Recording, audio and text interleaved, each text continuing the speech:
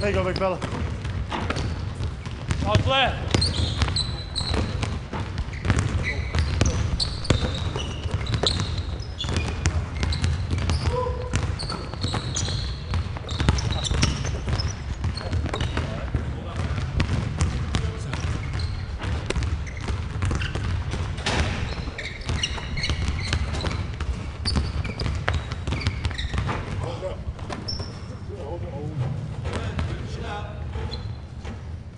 There you go.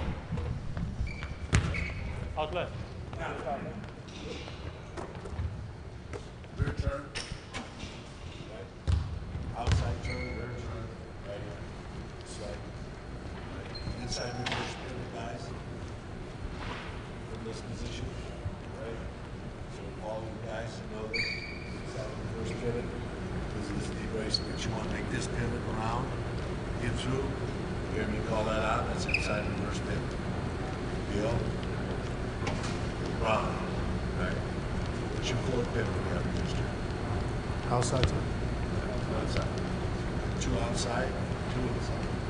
This is your outside move, which allows you space to pass the ball, so show the ball and drive. All right. Front turn, that turn, rear turn, inside reverse pivot. Goes forward. You should use some more moves over here on the pinch post too. Same forward pivot terminology is drop step instead of rear turn. It's drop step. Okay, now we're ready to go 3 minutes down. The last minute, or last 30 seconds, I'm going to ask the wings to reverse so the guards get used to middle penetration. So this time when the guard comes down the court, rather than being in the pro lane, which is here, the guard's going to be a little bit outside here. This guy leads, middle penetration. The wings reverse on you. We're just going to hit him on the move, take a jump shot. So the guys waiting in line, be prepared to step out of the way. We talked about fundamentals. This is just a fundamental footwork drill. He had the big guys talk about an inside pivot or outside pivot, swinging the ball through. Again, just basic fundamental basketball. Same sequence. Yeah. Talked about the players and the veterans. This way? Yes. How much they, probably struggle a little bit with coming to training camp every year and dealing with the minutiae. What about the coaches? You look at a guy like Phil Jackson and obviously coming to the end of his career.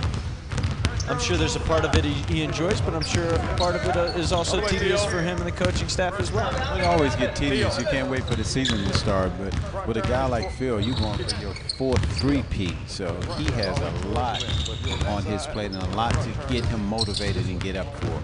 And with the players that were on the team the last few years, they're looking to do a three-peat. Kobe wants that sixth title and the second three-peat of his career.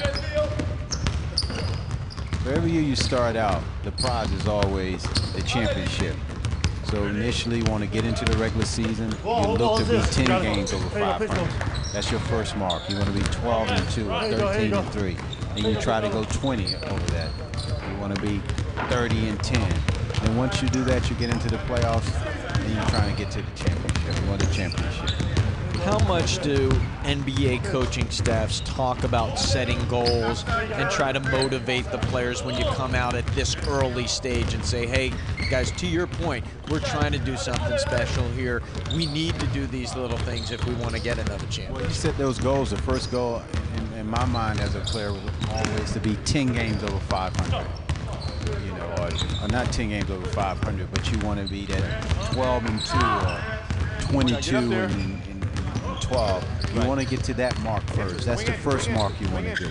You go through your schedule, you look at games you think you should win, you look at games that are tough wins, you look at that tough road trip.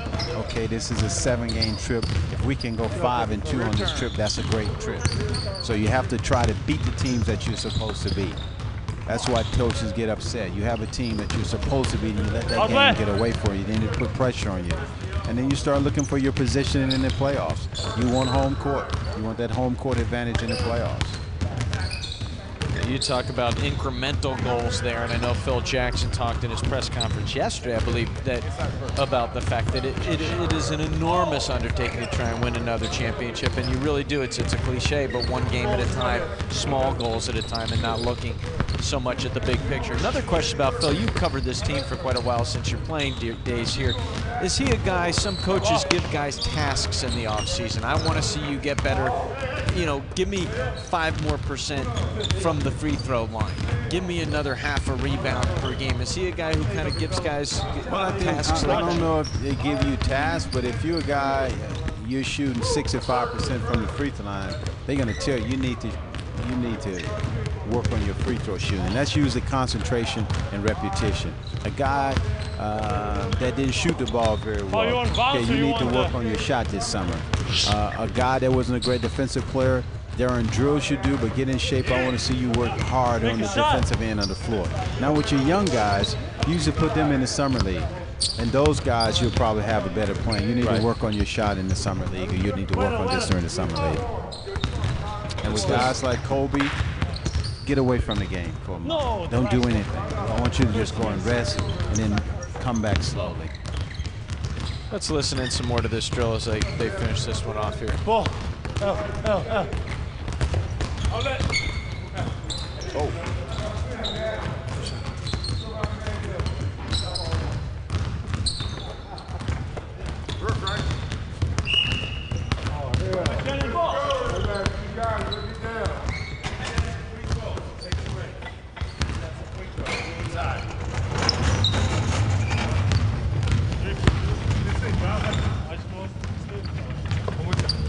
As if on cue, they're going to work on some free throws here.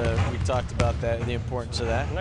And we're watching some of the guys in the coaching staff in the drill breathe pretty hard. Brian Shaw getting some, being given a hard time by Mr. Nixon here.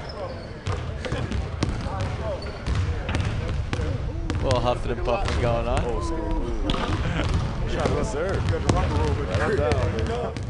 What is it about him that has everybody's attention on him as the potential next coach? I mean, there are a lot of assistant coaches that have been around as long as he has. What is it that separates him? Well, I think number one, he was a point guard. You know, I'm biased to that, which means he had to understand the offense. He had to understand how to get the best out of players. As a point guard, you have to know where guys like to get the ball. You have to know guys' strengths and weaknesses on the court. It's like if I'm playing with a guy, I know he's a shooter, I want to get him the ball in places where he can do something with it. So first, that understanding of the game. Then I think the rapport with the players. I think he's kind of nonsense with the players. He has fun with them. Show him my shirt, registration, about it. license plates. And he's been around. He said, I got to call this in. And I think all the players like him. I think the coaching staff like him. So.